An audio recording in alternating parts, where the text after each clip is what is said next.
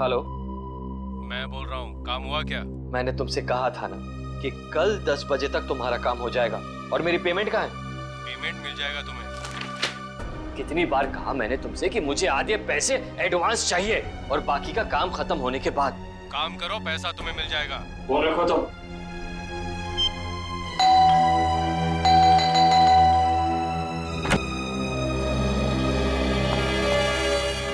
क्या बात है? इतनी घबराई भी क्यों हो? कविता,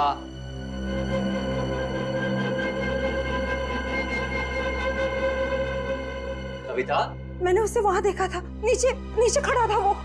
नीचे? कौन? सूरज। सूरज, तुमने अपनी दवाइयां ली? अमन, मैं बीमार नहीं हूँ। मैंने उसे नीचे देखा था। उसकी आंखें उसी मासूमियत से मुझे देख रही थी जैसे पहले देखा करती।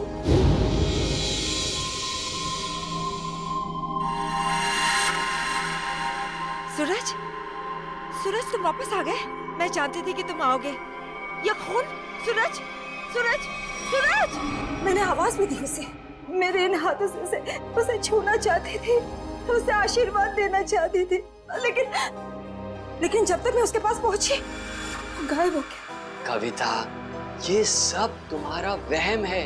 मैं जानती थी कि तुम यही कहोगे। मैं जानती थी आपको यकीन नहीं होगा। अरे आप ही क्या, कोई भी मेरा यकीन नहीं करेगा। लेकिन ये बात सिर्फ आज की नहीं है, पिछले कई दिनों से मैं देख रही हूँ। वहाँ देखिए, देखिए उस घर में। कविता, बस बस। अरे पिछले 1 साल से उस फ्लैट में कोई नहीं रहता है। ठीक है, आपको यकीन नहीं हो रहा है ना, तो आप 5 मिनट रुकिए। वो वहीं आएगा, उसी घर में जरूर आएगा, आपको जरूर दिखेगा वो। ओके, 5 मिनट ना? ठीक है, रुकते हैं 5 मिनट। देखो सूरज, कहाँ हो तुम?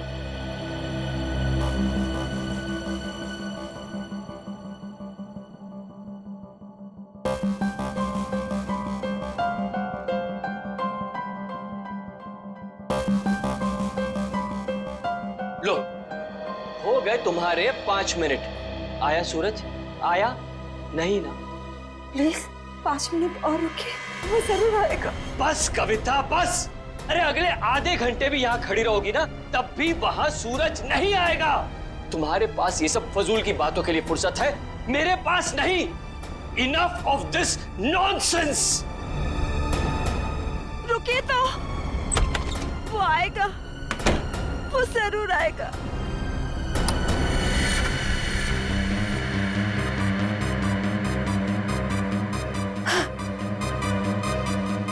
अमन, अमन जल्दी आइए। सूरज, वो देखिए सूरज।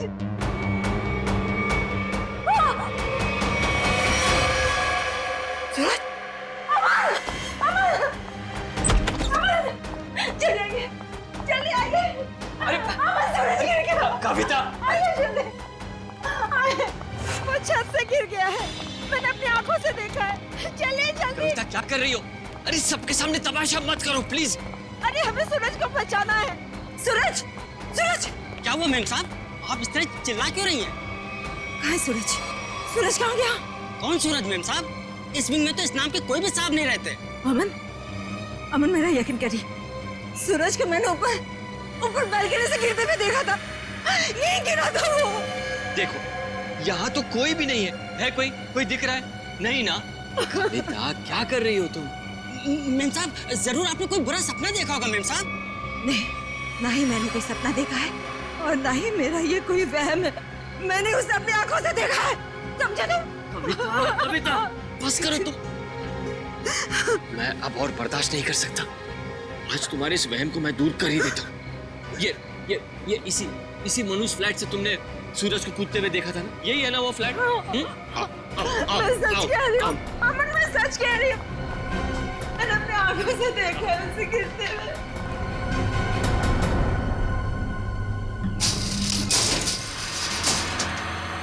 ये लो, अपनी आंखों से देख लो, यहाँ ताला लगा हुआ है। कविता, मैंने तुमसे कहा ना कि ये फ्लैट 1 साल से बंद पड़ा हुआ है। नहीं साहब बिल्कुल ठीक कह रहे हैं। ये घर पिछले 1 साल से बंद ही पड़ा हुआ है। नहीं, ये तुम सबकी चाल है। मेरे साथ ऐसा घिनौना मजाक करके तुम लोग मुझे गलत साबित करना चाहते हो। कविता, मैं तुम्हारा पति हूँ, इतना प्यार करता हूँ मैं तुमसे। क्या मैं तुम्हारे साथ ऐसा करूंगा? हाँ? इसका पता तो अब सीआईडी लगाएगी। तुम भी ना कविता, हद करती हो बस। हमारी किसी की बात तुम्हारे समझ में नहीं आती। अब सीआईडी को बुलाने की क्या जरूरत थी? कविता जी आप हैं? जी मैं हूँ। आप ही ने हमें फोन करके बुलाया? हाँ, मैंने किया था आप लोगों को फोन। तो बताइए क्या हुआ यहाँ पर? मैं आपको बताता हूँ सर। कविता आप क्या कौन है? मैं अमन, कविता का पति और सूरज का फैमिली लॉ। सूरज, वही जिसने छलांग लगाकर खुदकुशी की? हाँ वही। कविता जी मैं कह रहा हूँ आपसे, ये फ्लैट पिछले 1 साल से खुला नहीं है। हम आप सीआईडी का वक्त बर्बाद कर रही हैं। वैसे आप कौन है? मैं इस सोसाइटी का सेक्रेटरी। सोसाइटी के सेक्रेटरी है? तो फिर सेक्रेटरी साहब, अगर कविता जी ने किसी को छलांग लगाकर खुदकुशी करते हुए देखा है तो उसकी तहकीकात करना हमारा फर्ज है, समझे आप? आप हमारा वक्त बर्बाद करने की चिंता मत कीजिए। फ्लैट कहाँ है बताइए? जी ये चाबी है आपके पास? जी। तो खोलिए। कविता जी आप देख सकते हैं यहाँ सारा सामान ढका हुआ है, कोई यहाँ कैसे आएगा? यहाँ की साफ सफाई तक नहीं हुई है। सेक्रेटरी साहब, आप थोड़ी देर के लिए अपना मुंह बंद रखेंगे और सीआईडी को अपना काम करने दीजिए, ठीक है? जैसा आप ठीक समझे। हाँ तो कविता ये बताइए, कल रात को आपने सूरज को कहाँ पर देखा? जी वहाँ उस बालकनी में। बालकनी?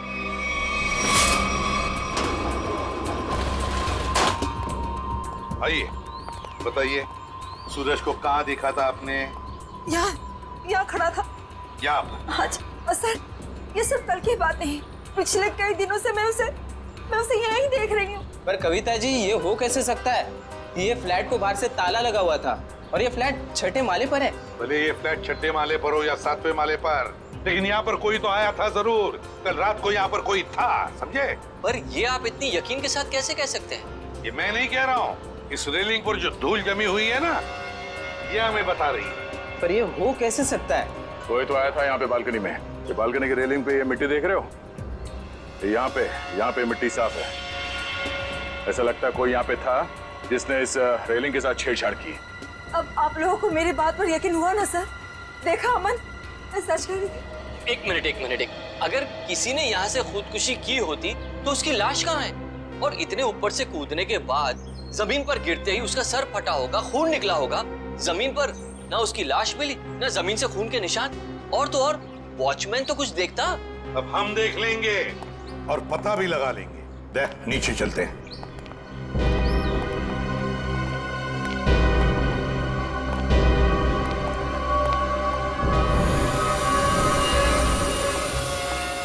आश्रय, कोई खून के निशान दिख रहे क्या? नहीं सर, अब तक तो यहाँ कुछ नहीं मिला है।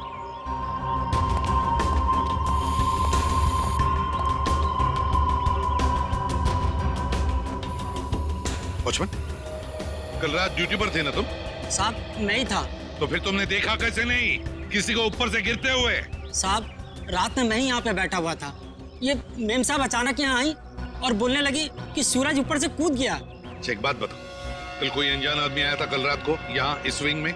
नहीं साहब, इस विंग में जो लोग रहते हैं वही लोग आए थे साहब। आप चाहें तो मैं आपको रजिस्टर भी दिखा सकता हूँ साहब। सर हाँ? सर खून के कोई ट्रेसेस नहीं मिले वहाँ पे। ऐसे कैसे हो सकता है? आप लोगों को कुछ सबूत मिला है ना बालकनी में किसी की मौजूदगी का? मैं सच कह रही हूँ सर, मेरा यकीन कीजिए। कविता जी, हम आपका पूरा विश्वास कर रहे हैं, आप सच बोल रही हैं। मैं तो सच बोल रही हूँ, लेकिन मुझे लगता है कि ये लोग झूठ बोल रहे हैं। क्या मतलब? शायद ये लोग मुझे झूठा साबित करना चाहते हैं। लेकिन क्यों गलत साबित करना चाहते हैं ये लोग? ऐसा ही है सर, मेरे आने से पहले इन लोगों ने लाश को ठिकाने लगा दिया होगा, खून भी साफ कर दिया होगा। मेरा यकीन कीजिए, मैं सच बोल रही हूँ। कविता, तुम सबके सामने पतंग खड़ा कर रही हो। एक मिनट सर, आप नहीं सर, मैं सच बोल रही हूँ। सर, आप मेरी पत्नी की बातों को ज्यादा गंभीरता से मत लीजिए। दरअसल उसका दिमागी इलाज चल रहा है। दिमागी इलाज चल रहा है? क्यों, किस लिए?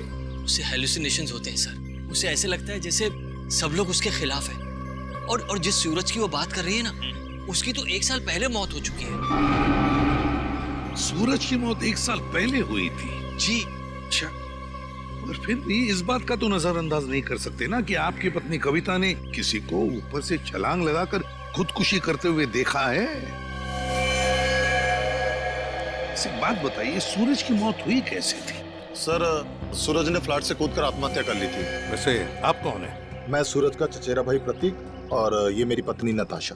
एक बात बताइए, सूरज ने आत्महत्या क्यों की? सर सूरज को अपने पिता से बहुत लगाव था और उनकी मौत के बाद उसके पास जिंदा रहने का कोई मकसद ही नहीं बचा था।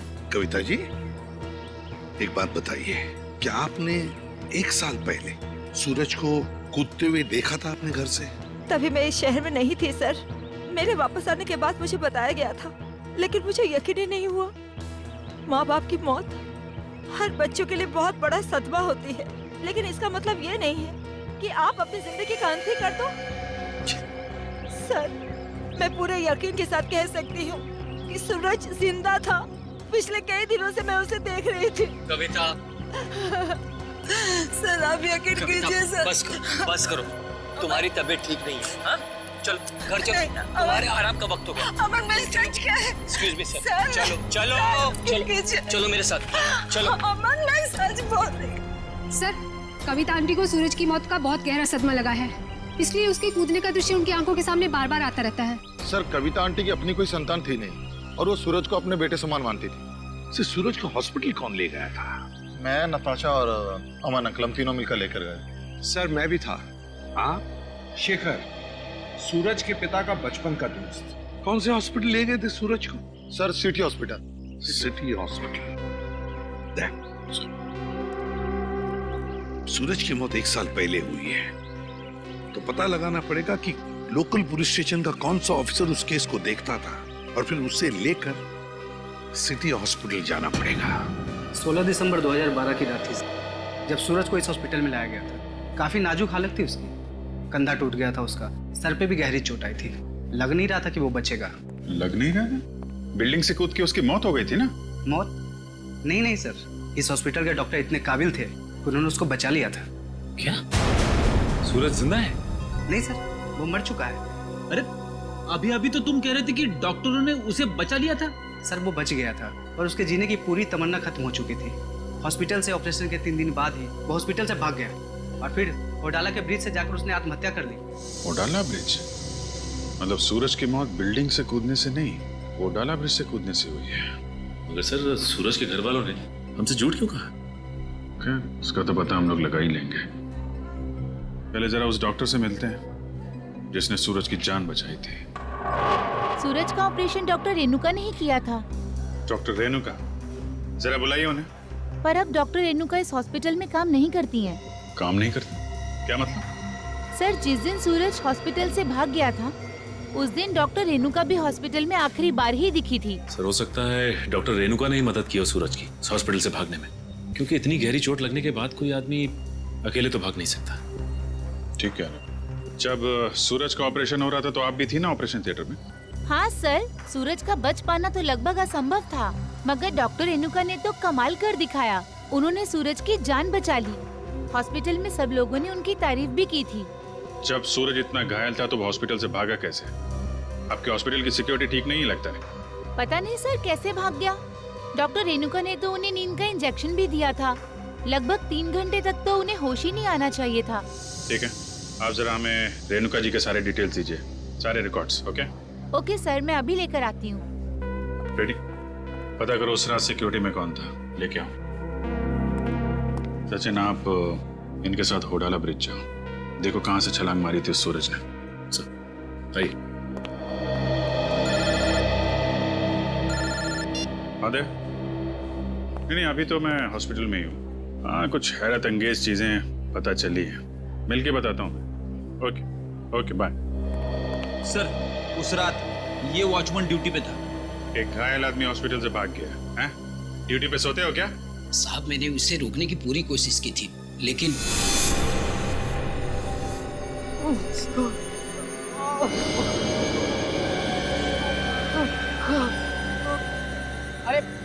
अरे साहब आप कहाँ जा रहे हैं? अपने काम से काम रख। ऐसे मैं आपको नहीं जाने दे सकता साहब। मेरे बीच में हट जा वरना तेरी जान ले लूंगा। और साहब ये कहाँ से उठाया आपने? नहीं मैं आपको नहीं जाने दे सकता। ये देखिए साहब, उस चोट का निशान आज तक है। सूरज ने होडाला ब्रिज से कूद के आत्महत्या की और ये बात उसके घर वालों ने हमसे छुपाई है। कोई तो ऐसा राज है जिस पर वो लोग पर्दा डालने की कोशिश कर रहे हैं। क्या सूरज की मौत बिल्डिंग से कूदने से नहीं बल्कि होराला ब्रिज से छलांग लगाने से हुई थी? और इतनी बड़ी बात तुम लोगों ने मुझसे क्यों छुपाई? सिर्फ आप ही से नहीं कविता जी, इतनी बड़ी बात सीआईडी से भी छुपाई गई है।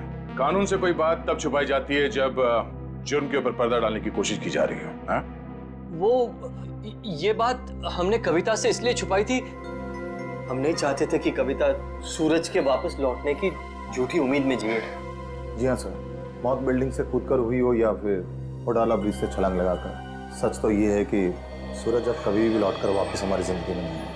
माना सूरज ने होडाला ब्रिज से नीचे छलांग लगाई मगर किसी को उसकी लाश मिली, है? तो आप लोग इतने यकीन के साथ कैसे कह सकते हैं कि सूरज मर चुका है? मैं जानती थी कि सूरज जिंदा है और वो वापस जरूर आएगा। हे भगवान, तेरा लाख लाख शुक्र है, वो वापस आएगा। इसीलिए हमने ये बात कविता से छुपाई, क्योंकि हम नहीं चाहते थे कि ये सूरज की वापसी की झूठी आस में बंधी रहे। अब आपने इसे सब कुछ सच सच बताकर इस बेचारे की बची कुची जिंदगी में भी जहर घोल दिया। तुम मेरे पति नहीं हो, दुश्मन है दुश्मन। तुमसे मेरी खुशी देखी नहीं जाती, मेरा सुख तुमसे बर्दाश्त नहीं होता। बोलो, ये छुपाया था मुझसे कि हम नहीं छोड़ेंगे। कविता जी संभालिए। छोड़िए। अब तो खुश है ना आप लोग हमारे घर में झगड़ा लगाते हो? आपके घर के झगड़े से ज्यादा जरूरी फिलहाल हमें ये जानना है सूरज जिंदा है या नहीं, और अगर वो जिंदा नहीं है तो फिर कौन है वो आदमी जो नकली सूरज बनकर ये खेल खेल रहा है? अच्छा, ये है डॉक्टर रेणुका, इसने बचाया सूरज को। हाँ सर, इनके घर पे पूछताछ करने पे इनके नौकर ने बताया कि हॉस्पिटल की नौकरी छोड़ने के 1 हफ्ते बाद ये सिंगापुर चली गई थी। हॉस्पिटल से नौकरी छोड़ने के बाद ये सिंगापुर चली गई, तो फिर कभी न कभी तो वापस आती होगी। नहीं सर, वापस आना तो दूर की बात है, इन्होंने एक फोन तक नहीं किया। अरे, एक फोन तक नहीं किया? बड़ी अजीब बात है। कोई अपना घर नौकर पर सौंप जाता है तो कभी न कभी फोन करके पूछताछ तो करता है घर की हालत के बारे में। हाँ सर, पर इन्होंने ऐसा बिल्कुल नहीं किया। और सर, नौकरों की पगार हर महीने सीधे उनके अकाउंट्स में डाल दी जाती है, वो भी कैश। नहीं, कुछ और ही चक्कर है, कुछ और ही चक्कर है ये। सर ये धीरज, इन्होंने सूरज को होडाला ब्रिज से कूदते हुए देखा था 1 साल। क्या तुम्हें पूरा यकीन है कि वो सूरज ही था? जी सर, पुलिस ने उस वक्त उसकी फोटो दिखाई थी, वही सूरज था। क्या यही था वो? हैं? जी सर, यही सूरज था। अगर तुमने सूरज को ब्रिज से कूदते हुए देखा तो तुमने उसे बचाने की कोशिश क्यों नहीं की? रोका क्यों नहीं उसे? सर, मुझे नहीं मालूम था कि ये कूदने वाला है। मैंने समझा कि बस यूं ही टहलने के लिए आया होगा। जब तक मैं कुछ समझ पाता, इन्होंने वहां से छलांग लगा दी। कब हुआ ये? सर, रात तकरीबन 1 बजे की। रात के 1 बजे? तो क्या मैं पूछ सकता हूँ कि रात के 1 बजे आप वहाँ क्या कर रहे थे होडाला ब्रिज पर? सर, वो क्या है ना कि मैं एक लेखक हूँ। जब कभी कहानी लिखते लिखते अटक जाता हूँ तो वहाँ टहलने के लिए निकल पड़ता हूँ, इस उम्मीद से कि शायद कोई नई प्रेरणा मिल जाए। लेकिन जब से ये हादसा हुआ है ना सर, मैंने उस ब्रिज पे जाना बंद कर दिया है। वैसे आप लिखते क्या है? सर, मैं उपन्यास लिखता हूँ, नोवेल्स। ठीक है धीरज, थैंक यू वेरी मच। तुम जा सकते हो। अगर जरूरत पड़े तो हम तुम्हें फिर से बुला लेंगे। सर, ये होडाला ब्रिज के नीचे के पानी का बहाव बहुत तेज है सर। अगर कोई भी आदमी ऊपर से नीचे गिरता है तो उसका बचना अब नामुमकिन है सर। और तो और सर, पुलिस वालों ने उस जगह की अच्छी तरीके से छानबीन करवाई थी गोताखोरों से, लेकिन सूरज की लाश नहीं मिली थी सर। हो सकता है कि तेज बहाव की वजह से वो सूरज को ढूंढ नहीं पाए होंगे, या फिर किसी न किसी वजह से सूरज डूबने से बच गया। सर, अगर ये सूरज बच गया है तो सिर्फ कविता जी को क्यों दिखाई देता है? अमन जी या बाकी लोगों को क्यों नहीं? वही तो, अगर ये बच गए तो सिर्फ कविता को ही कैसे दिखता है, और किसी को क्यों नहीं दिखता? नहीं, कुछ ना कुछ तो गड़बड़ जरूर है, क्योंकि अगर ये बच गया तो सबके सामने क्यों नहीं आता है? सर, शायद ये कविता जी का कोई वहम है। नहीं निखिल, ये कोई वहम नहीं है, कोई वहम नहीं है। अगर ये कविता जी का वहम होता तो इस सूरज की घर की बालकनी के रेलिंग पर जो धूल जमा हुई थी उसमें से इतना सा हिस्सा ही साफ कैसे मिला हमको? इतना सा हिस्सा साफ कैसे मिला? उसका एक ही मतलब है कि कोई ना कोई तो था सूरज के घर में, कोई ना कोई तो गया था सूरज के घर में जिसे कविता ने देख लिया, मगर कौन गया था सूरज के घर में? है कौन ये? इसका पता तो लगाना ही पड़ेगा।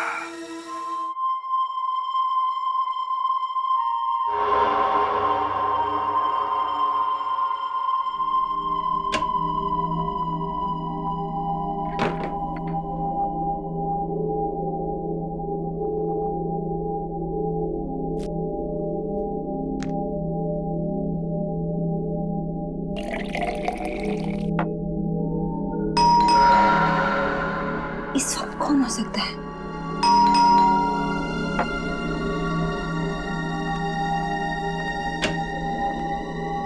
कौन है?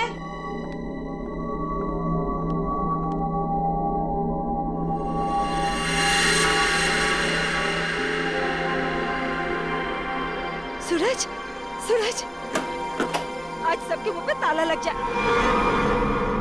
हैं? सूरज, अब कहाँ चले गए? सूरज कहाँ? सूरज बंद करो ये मजाक, कहाँ हो तुम? सूरज आ जाओ अभी। सूरज, मेरी आंखें तरस गई है तुम्हें देखने के लिए। सूरज, सूरज कहाँ हो सूरज तुम? सूरज, सूरज। कविता आंटी, सूरज तुम ऊपर जा रहे हो ना?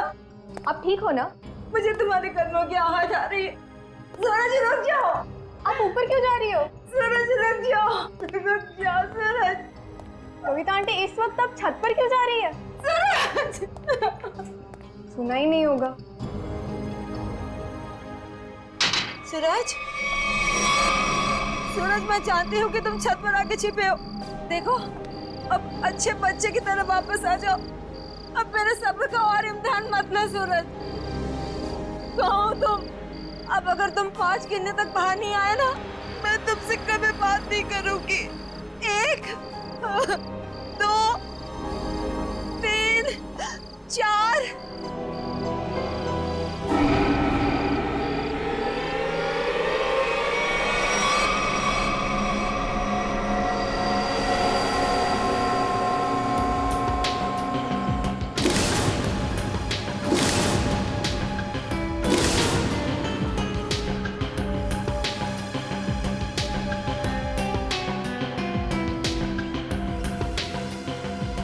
तुम इस विंग के वॉचमैन हो ना? जी साहब। कैसे हुआ ये सब? साहब, कल रात तकरीबन 2 बजे मुझे किसी की चीख सुनाई दी। देखा तो कविता मैम साहब लहूलुहान जमीन पर पड़ी हुई थी। सर, मैं सोच भी नहीं सकता था कि सूरज के गम में कविता आत्महत्या। पता नहीं आजकल के लोग इतना कमजोर क्यों हो गए। दुख बर्दाश्त करने की किसी में भी शक्ति नहीं रही। सर, सही है, देखिए।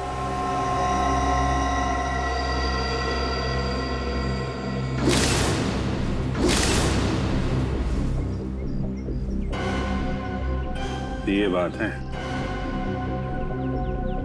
शेखर जी, कविता ने आत्महत्या नहीं की है। क्या बोल रहे हैं आप? इनके हाथों में बहुत सारी खरोंचे हैं, चूड़ियां टूटी हुई हैं। ऐसा लगता है कि उसकी किसी से हाथापाई हुई है। शायद खूनी ने छत पे से धक्का दिया इनको। वैसे ये बताइए कि आप में से किसी ने भी कविता जी को छत पे जाते देखा क्या? हाँ सर, मैंने देखा था। वो ऊपर जा रही थी सीढ़ियों से। मैंने उन्हें आवाज भी दी थी, पर उन्होंने सुना नहीं। कविता जी अकेले छत पे जा रही थी या उनके साथ में कोई और भी था? वो अकेली थी सर, और वो बार बार सूरज का नाम ले रही थी सर। मतलब सर, ये सूरज भी छत पे ही था? हो सकता है, या फिर वो आदमी जो सूरज बनने का नाटक कर रहा है। ये अमन जी नहीं दिखाई दे रहे? कहाँ है वो? पता नहीं जी, सुबह से उसका नंबर ट्राई कर रहा हूँ लेकिन फोन ऑफ है। सर, वो घर पे भी नहीं है। शायद ऑफिस में हो। ऑफिस के नंबर पे डायल करके देख, कहाँ है वो? कल रात कोई अनजान आदमी आया था यहाँ पे? नहीं साहब, मैंने किसी को नहीं देखा। सो रहे थे क्या? नहीं साहब, मैं सच कह रहा हूँ। मैं कल रात जाग रहा था और मैंने किसी को नहीं देखा इस विंग में जाते हुए। अगर जाग रहे थे तो किसी और को कविता के साथ छत पे जाते हुए क्यों नहीं देखा तुमने? मुझे तो ये भी नहीं पता साहब कि कविता मैम छत पे कैसे चली गई। छत का दरवाजा हमेशा बंद रहता है। चाबी किसके पास रहती है? चाबी मेरे पास रहती है साहब। लाओ चाबी लो। सर, ये देखिए, चाबी में चिकनाहट है। चिकना तो है। साबुन, लगता है किसी ने साबुन पे चाबी का निशान लिया है और डुप्लीकेट चाबी बनाई है। नहीं साहब, मैंने किसी को चाबी नहीं दी थी साहब। तुमने कुछ नहीं किया, लेकिन लापरवाही तो की है ना तुमने। केबिन में तुमने चाबी लावारिस छोड़ दी होगी और इस बात का फायदा उठाकर किसी ने डुप्लीकेट चाबी बनवा ली। खूनी जो कोई भी है, छत पे जरूर कोई निशान छोड़ा होगा उसने। श्रेया, बॉडी को पोस्टमार्टम के लिए भिजवा दो।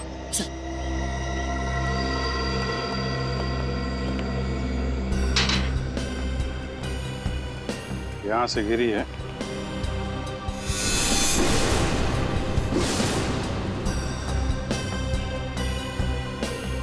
चूड़ी, इसका मतलब यहीं से खूनी ने कविता जी को नीचे फेंका है। यहीं पे हाथापाई हुई होगी और खूनी ने कविता को यहां से फेंक दिया है।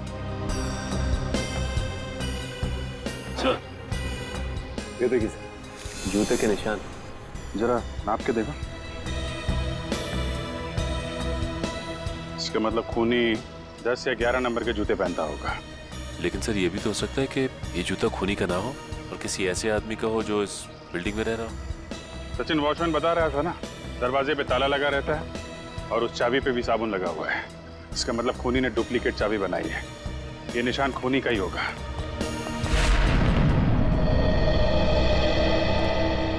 क्या पता चला ऑफिसर? सर उनके ऑफिस ने बताया कि अमन जी कल दिल्ली जाने वाले थे कॉन्फ्रेंस के लिए, लेकिन वो दिल्ली पहुंचे ही नहीं। दिल्ली पहुंचे ही नहीं? हाँ सर, उनकी फ्लाइट की टिकट ही बुक थी, लेकिन वो मुंबई एयरपोर्ट तक ही नहीं पहुंचे। सर कहीं ऐसा तो नहीं कि अमन जी ने ही कविता जी को?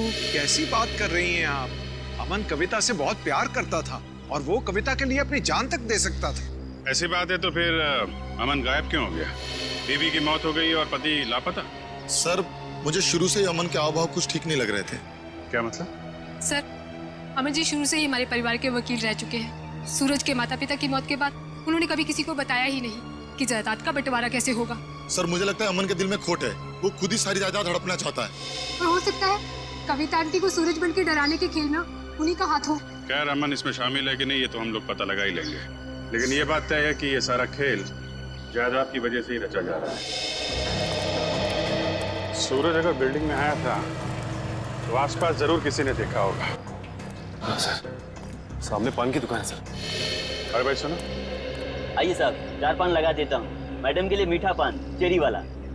अरे नहीं, पान बाद में खाएंगे, थोड़ी बात कर लेते हैं पहले। हाँ जी, कहिए। अच्छा ये बताइए कि आपकी दुकान कितने बजे तक खुली रहती है? सुबह 9 से रात के 11 बजे तक। क्या आपने इस आदमी को कल इस इलाके में देखा था? अरे आप लोग तो ऐसे बातें कर रहे हैं जैसे आप लोग सीआईडी वाले हैं। ठीक पहचाना आपने? अरे आप तो सचमुच में सीआईडी वाले हैं। देखा था इसको? जी साहब, कल रात को इस आदमी को देखा था। ठीक से याद है तुम? कोई धोखा तो नहीं हो रहा? जी साहब, मेरी नजर 6x6 की है, कभी धोखा नहीं खाती। मतलब सर सूरज जिंदा है? इसका मतलब वो जो जूतों के निशान हमें बिल्डिंग के छत पे मिले थे वो सूरज के थे और उससे नहीं कविता को मारा है। मतलब सर ये जुर्म अमन और सूरज दोनों मिलके कर रहे हैं। ये भी तो हो सकता है कि कविता जी का खून सूरज ने किया और अमन को जबरदस्ती ले गया अपने साथ। लेकिन सर कविता जी तो सूरज के लिए उनकी माँ की तरह थी, फिर उन्होंने कविता जी को छत से क्यों गिराया होगा? साहब, क्या इस आदमी ने किसी को छत से धक्का दे दिया? शायद किसी का खून किया है इसने। और कुछ जानते हो इस आदमी के बारे में? जी साहब, इसने अपनी कार गलत जगह पार्क की थी। टोइंग वाला आया और कार उठा के लेके चला गया। कहाँ पे पार्क की थी गाड़ी?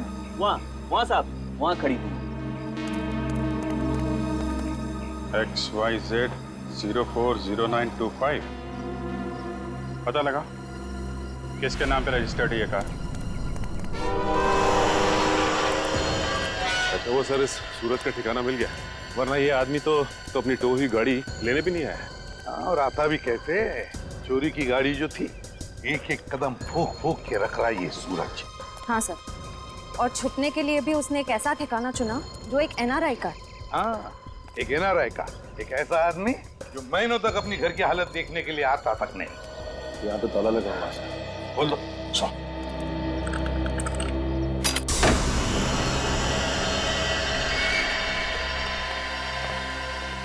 इस कमरे में से तो बहुत बुरी तरह से बदबू आ रही है। ऐसा लगता है जैसे कोई लाश है। कोई लाश ही सड़ी है इस घर में। ढूंढो, देखो कहाँ पर है वो लाश।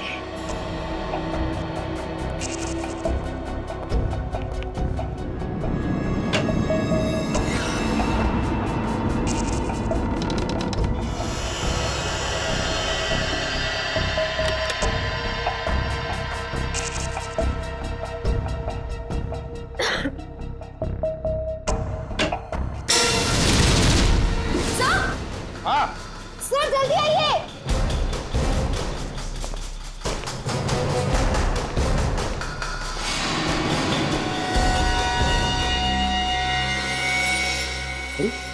तो रेणु कहाँ है? यही है ना वो डॉक्टर जिसने सूरज पर इलाज किया था?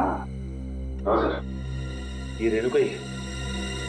लेकिन सर इसके नौकर ने तो बताया था कि रेणुका सिंगापुर गई। जरूर रेणुका ने झूठ कहा था अपने नौकर को कि वो सिंगापुर जा रही है।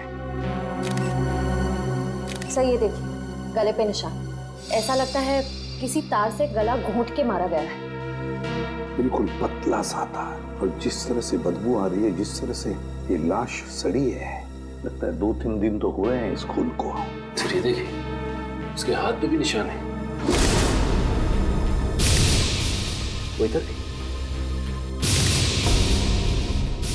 सर ये निशान इस चीज का हो सकता है। ये निशान लगता है किसी रस्सी वस्सी से होते हैं ना निशान, खींचते वक्त वैसे लगते हैं ये निशान। ढूंढो जरा इस कमरे में, जो भी चीज है, जिस चीज से ये निशान बना है, तो यही कहीं मिलना चाहिए।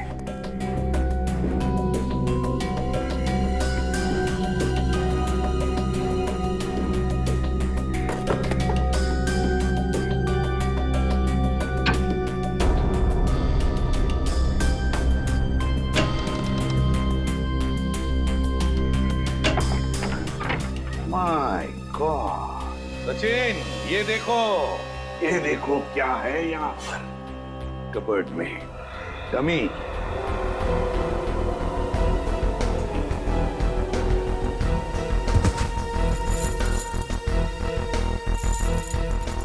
कैरबिनेर और रस्सी भी। सचिन, लगता है रेणुका के हाथ पर जो निशान है ना, शायद इस रस्सी की वजह से ही है, खींचते हुए। ये देखो ऐसे। हाँ सर, लेकिन सर ये सारी की सारी चीजें इस घर में क्या कर रही हैं? क्योंकि ये सब चीजें तो शूटिंग में इस्तेमाल की जाती है, हार्नेस बांधने के लिए। याद है सचिन, सूरज के घर की बालकनी की रेलिंग पर बहुत सारी धूल जमी हुई थी, लेकिन एक जगह पर इतना सा हिस्सा साफ था। जरूर इस रस्सी की वजह से ही होगी वो जगह साफ। मतलब सर ये सूरज का बालकनी से कूदना कविता जी का वहम नहीं था, बल्कि रेणुका और सूरज दोनों की मिलीजुली साजिश थी। बिल्कुल सचिन, ऐसा ही होगा।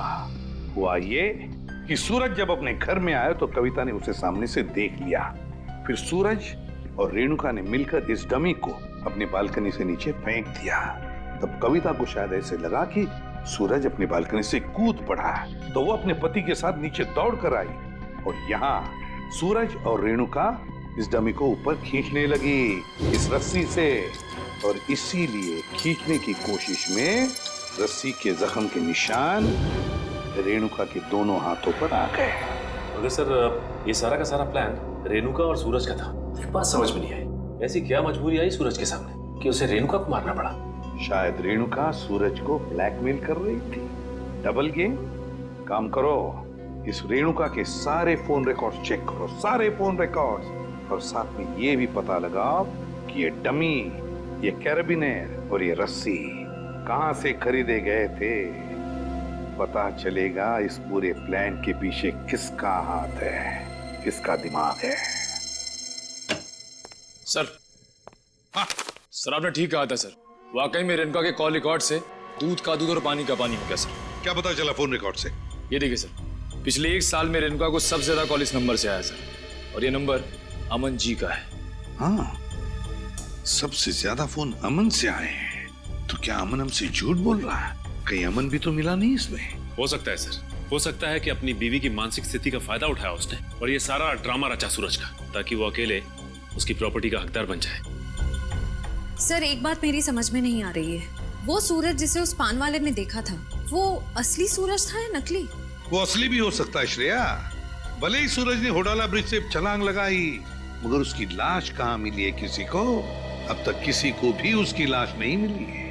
लेकिन सर सूरज को तो काफी लगाव था कविता जी से, तो वो ऐसी हरकत क्यों करेगा? कहीं ऐसा तो नहीं कि ये सूरज नकली है?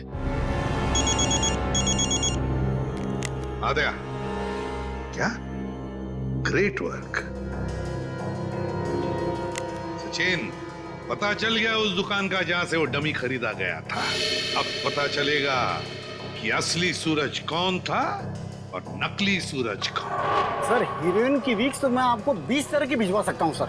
आप सुनिए तो सर, पर आपकी एक्ट्रेस इतनी सनकी है, उसे एक भी वीक पसंद नहीं आता सर। हाँ ठीक है, भिजवा तो दूंगा, पर हाँ हर वीक का 1500 रुपया लगेगा डिपॉजिट के तौर पर।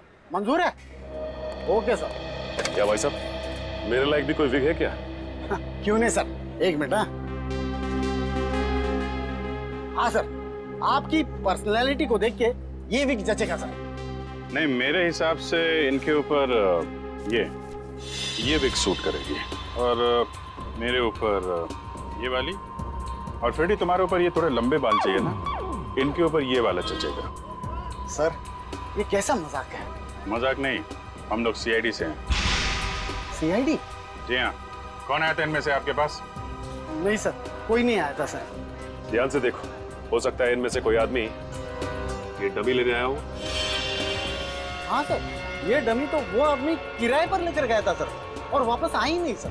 कौन था वो आदमी? सर एक मिनट, मैं देख के बताता हूँ।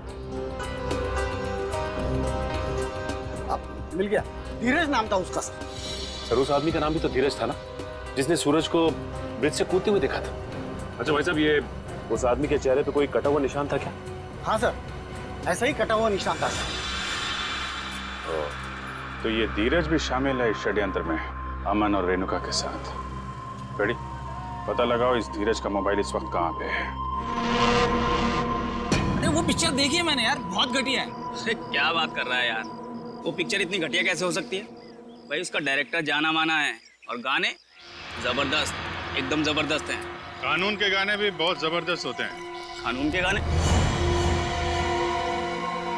आप लोग, अरे अभी गाना गाना शुरू नहीं किया, कहाँ जा रहे हो? अरे सुनो तो। अरे अब सीधे सीधे बता ना। बता था, सूरज के ब्रिज से गिरने की मैंने मनगढ़ंत कहानी सुनाई थी। क्यों बनाई थी? क्योंकि मुझे इस काम के लिए 1 लाख रुपए दिए गए थे। 1 लाख रुपए? किसने दिए थे? उसका नाम है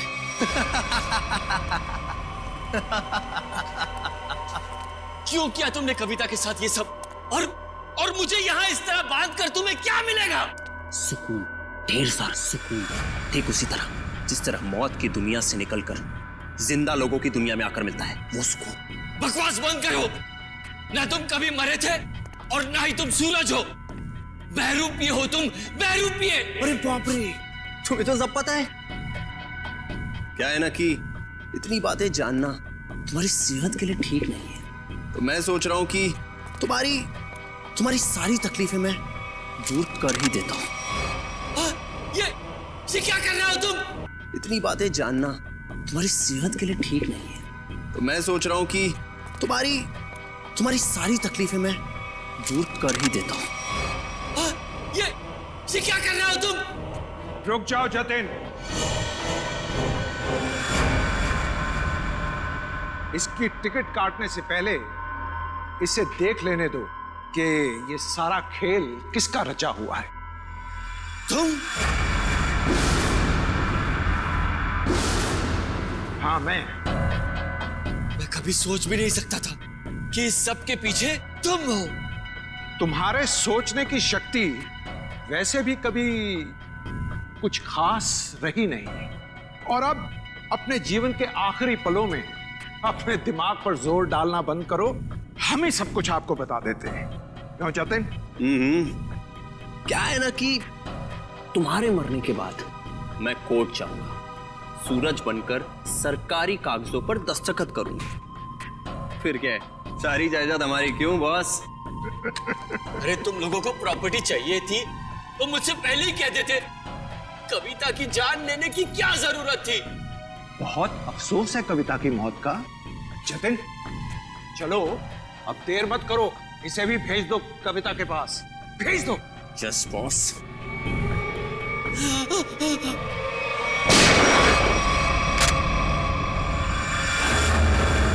सब कुछ सुन लिया हम लोगों ने। अगर बाकी मुजरिम भी आप लोगों की तरह अपना जुर्म अपने आप कबूल कर लें तो सीआईडी का काम काफी आसान हो जाएगा। क्यों शेखर जी, आपका क्या कहना है? अरे रे रे रे रे, इतने भयानक मुजरिम को इतने आसानी से नहीं भागने देंगे हम लोग। क्यों किया ये सब? हैं? सूरज को उसके पिता से बहुत लगाव था और उसकी मौत के बाद उसके जीवन में कोई रुचि नहीं रह गई थी। उसके दिमाग में आत्महत्या करने के ख्याल पनपने लगे। इसलिए तुमने सोचा कि सूरज को तो प्रॉपर्टी में कोई इंटरेस्ट है नहीं, तो क्यों ना बहती गंगा में हाथ धुल लिया जाए, उसकी प्रॉपर्टी हथिया ली जाए। हाँ, इसलिए जब पहली बार सूरज ने बिल्डिंग से कूदकर आत्महत्या करने की कोशिश की तो तुरंत मैं उसे हॉस्पिटल लेकर गया ताकि किसी तरह से भी उसकी जान बच जाए और वो अपनी सारी दौलत मेरे नाम कर दे। और जैसे ही रेणुका को पता चला कि करोड़ों रुपए तुम्हारे हाथ लग गए तो उसने अपना हिस्सा मांगना शुरू कर दिया तुमसे। हाँ, लेकिन गड़बड़ तब हुई जब वो दोबारा हॉस्पिटल से भाग गया। मैंने और रेणुका ने बहुत ढूंढा उसे और तब हमने देखा कि सूरज, सूरज नहीं, सूरज मेरा पीछा मत करो, मेरे पीछे मत आओ, मेरा मर जाना है, ठीक है? नहीं, मुझे तुम्हारा बचाने की कोशिश मत करो। नहीं सूरज, ऐसा बर्ताव मत करो। किसी एक आदमी चले जाने से जिंदगी खत्म नहीं हो जाती। वो मेरे पापा थे। पापा, तुम लोग क्या समझोगे मेरे पापा के बारे में? नहीं सूरज, नहीं नहीं नहीं, मुझे छोड़ दो। मुझे अगर तुम दोनों में से किसी ने भी कूदने से रोका तो मैं अपनी जान ले लूंगा, मैं अपनी जान ले लूंगा, मैं अपना